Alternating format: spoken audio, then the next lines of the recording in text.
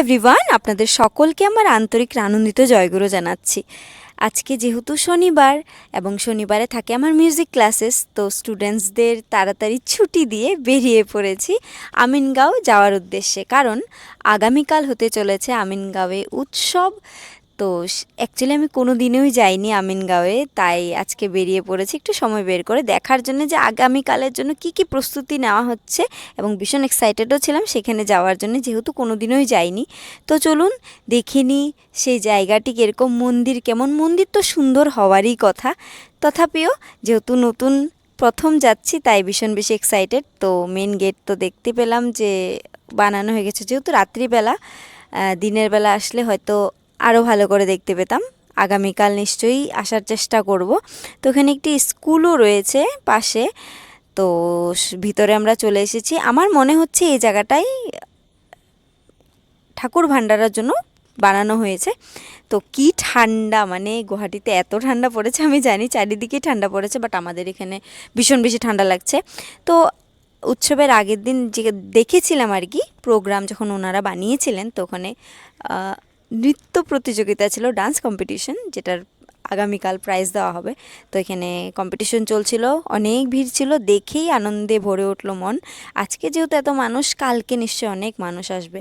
এবং আমাদের আচার্যদেব অবিন দাদা খুব ভালোবাসেন যখন উৎসবে অনেক মানুষের সমাগম হয়, ওনারা খুব ভালোবাসেন আমার জানা মতে। যদি কিছু ভুল বলে থাকি আমাকে শুধরে দিবেন কিন্তু।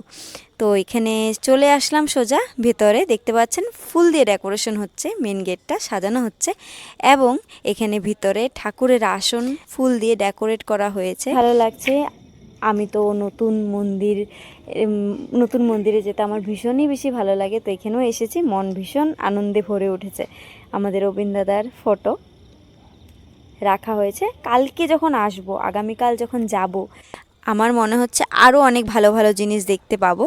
তো এখানে দেখতে পেলেন তো জল ভরে রাখা আছে, মানুষদের যাতে আনন্দবাজার ঠাকুর ভাণ্ডারা করার পরে যাতে কষ্ট না হয় জলের জন্য, সবাইকে আমার মনে হচ্ছে খাবারের শেষে একটি করে জলের প্যাকেট দেওয়া হবে। তো মেন গেট রেডি হয়ে গেছে, দেখতে পেয়েছেন তো। এখানে ছিল, আমার মনে হয় এটাই মনসা মন্দির।